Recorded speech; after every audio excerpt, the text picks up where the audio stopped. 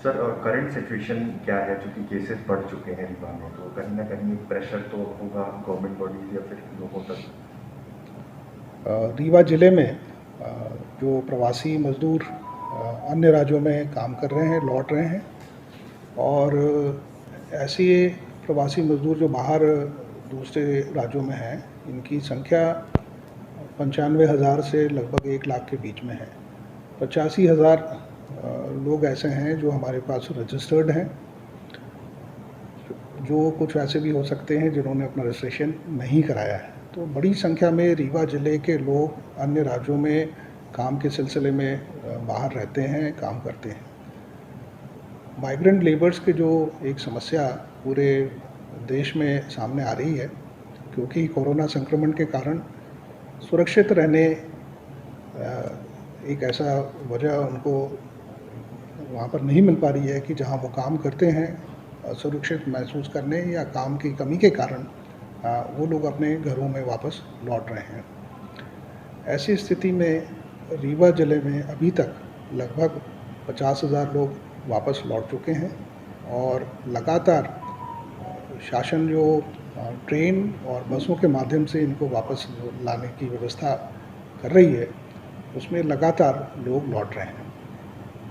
अब लौटने के पश्चात ये अपने संबंधित निवास, जहाँ पर ग्रामीण क्षेत्रों में निवास करते हैं, वहाँ जाने पर इन्हें कई तरह की समस्या सामने आ रही है। एक तो जो सोशल एक्सेप्टेबिलिटी होना चाहिए, वो थोड़ा ग्रामीण क्षेत्र में एक भय भी है कोरोना संक्रमण को लेकर। कोई भी व्यक्ति जो बाहर से आ रहा है, उसको लेकर थोड़ा चिंतित रहता है।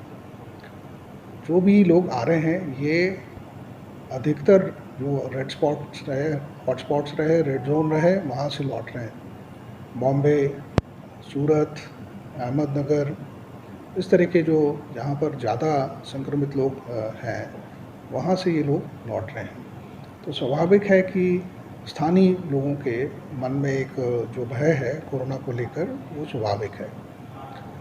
शासकीय भवन है, वहाँ पर क्वारंटीन सेंटर्स बनाने का व्यवस्था की है।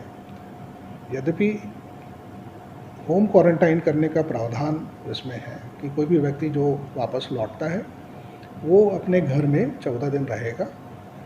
पर कई बार ऐसा होता है कि होम क्वारंटाइन रहने के लिए पर्याप्त व्यवस्था उनके घरों में नहीं होती। ज़्यादा परिवार में मेंबर्स रहते हैं, सदस्य रहते हैं। ऐसी स्थिति में होम क्वारंटाइन कई बार मुश्किल होता है। फिर भी जो सरकारी व्यवस्था हमने बनाई है, वो पंचायत भवन, स्कूल भवन, छात्रावास या जो भी शासकीय भवन ग्रामीण क्षेत्र में उपलब्ध हैं, उनमें क्वारंटीन करने की व्यवस्था की है। पंचायतों के माध्यम से उनके भोजन की व्यवस्था की जा रही है, जिसमें जो सेल्फ हेल्प ग्रुप्स हैं, क्योंकि स्कूल और हॉस्टल्स अभी बंद हैं, तो ये जो सेल्फ हेल्प ग्रुप्स हैं, ये इनको खाना बनाते हैं और भोजन का व्यवस्था उनके माध्यम से हो रही है।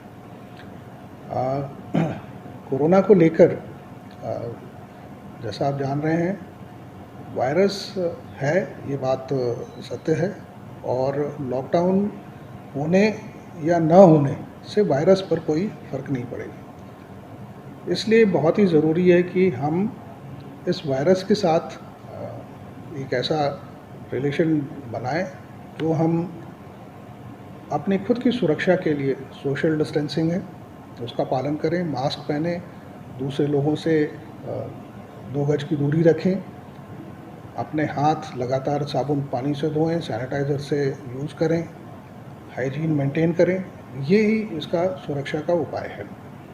इस बीमारी से या इस वायरस से डरने की आवश्यकता नहीं है। एक अवेयरनेस पैदा हो, और यही अपना बचाव कर सकती हैं।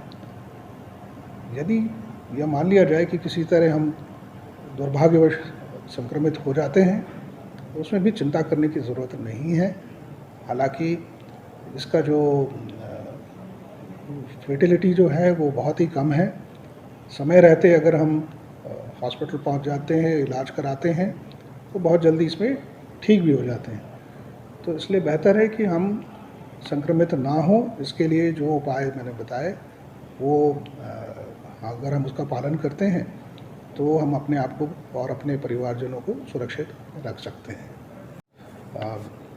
ग्रीष्मकाल को देखते हुए आप जानते हैं कि हर बार ग्रामीण क्षेत्रों में पेयजल की समस्या सामने आती है। इस बार हमने पहले से ही पीएचई विभाग को निर्देशित किया है और उनकी जो टीम्स हैं लगातार जो खराब हैंडपम्प्स हैं उनमें सुधार करना और जो नल जल योजनाएं हैं जो किसी कारणवश बंद हो गई हैं उनमें आवश्यक सुधार करना, ये मतलब प्रायोरिटी पे हम इसको ले रहे हैं।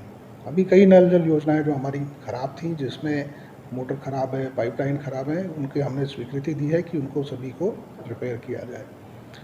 शासन के भी निर्देश हैं कि यदि कोई नल जल योजना बिजली के बिल जमा ना करने के कारण बंद है तो उन्हें मतलब चालू रखा जाए, उनका जो कनेक्शन है वो ना काटे जाए। इसके अलावा लगातार जो आउटसोर्स से पीएचई के लिए हैंडपम्प सुधार के लिए जो लोग इसमें लगे हुए हैं लगातार भ्रमण पर हैं।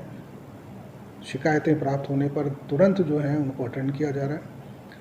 इवन जो नगर पालिकाएँ, नगर पंचायतें हैं वो भी अपने क्षेत्रों में लगातार ये काम को कर रही हैं और जहां आवश्यक अगर होगा तो हम उसमें पेयजल परिवहन की भी अनुमति देंगे।